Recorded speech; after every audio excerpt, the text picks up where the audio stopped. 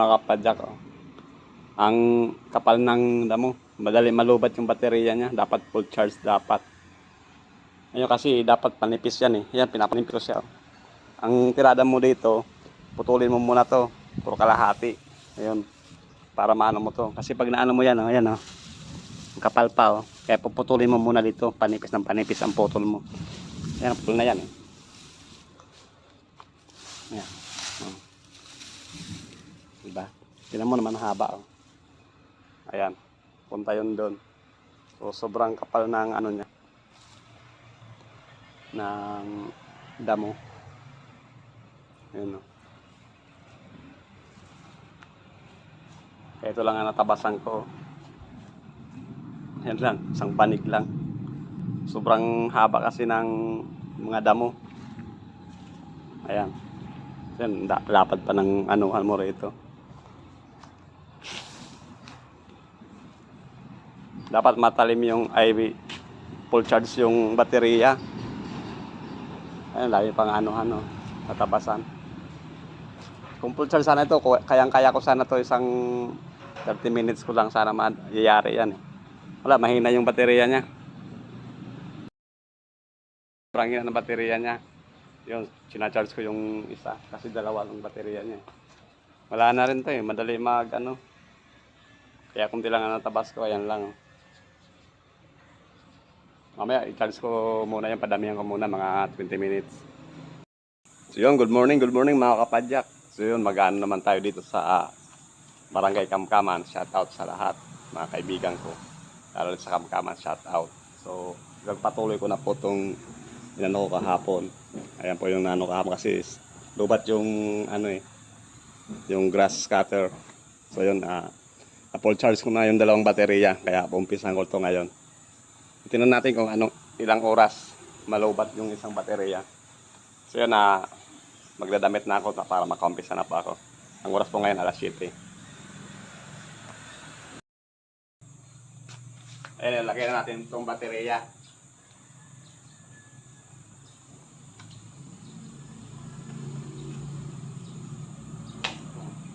Tapos, i-adjust natin to.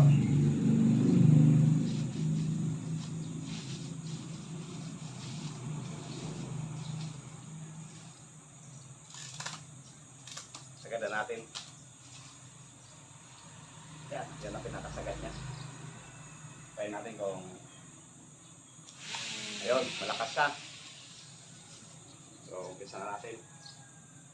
So, umpisa natin mga kapadyak. Kadakin na natin ito.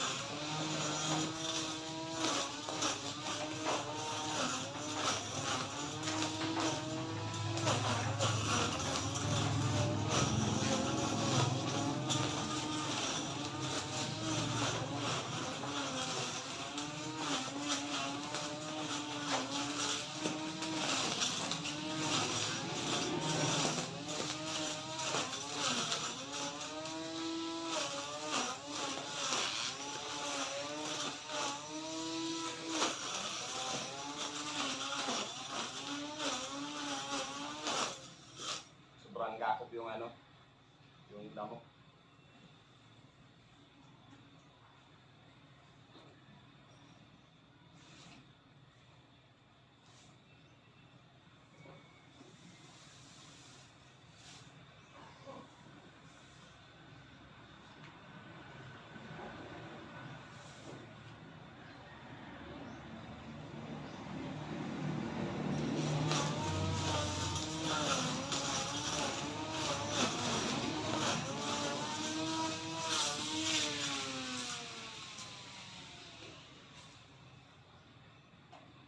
Maano yung damo, sobrang kapal.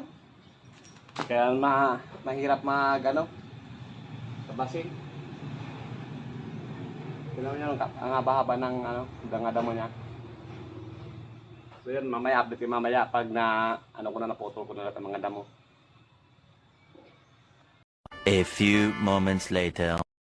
So yun, sinacharge ko muna yung baterya. So kahit mga 30 minutes natin i-charge para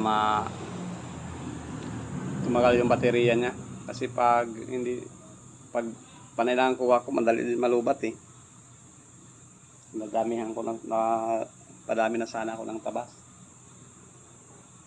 So yun, update ko mamaya pag tabas ko na to. Kaya lang, para makulimlim yung panahon. Basta tinacharge ko muna mga 30 minutes para madaming stock yung baterya niya. Para matapos ko din ito mamaya. So yun, maraming salamat po sa panood ng vlogs ko. Sana lagi yung panoorin kung ano po yung mga ginagawa ko rito sa buhay ko, yung mga tuwing umaga kong ginagawa, sa pagtatrabaho ko, lalo na sa bukid. Dito, di makinanda dito ang gamit ko sa bayan. Kasi ano to ng bayaw ko eh. Pag-ari nila to. Tawagin dito kubo. Ayan o. Pero konkreto siya, bato. Kubo lang tawagin to. Ayan. Walang nakatira dito. Kasi gagawin to nilang apartment din ng mga pasahero pag may sakaw na. Pwede dito rin tahan. So yun, maraming salamat po sa panonood ng vlogs ko. Sana lagi yung panoorin. Maraming salamat po sa lahat. Sa lahat ng nanonood ng mga vlogs ko, thank you so much. At God bless sa inyong lahat. Gabayan po kayo ng Panginoon. At maraming salamat po sa pag-like nyo and share and comment. Maraming salamat po. So yun po, bye-bye po. Ingat po kayo palagi. Bye-bye.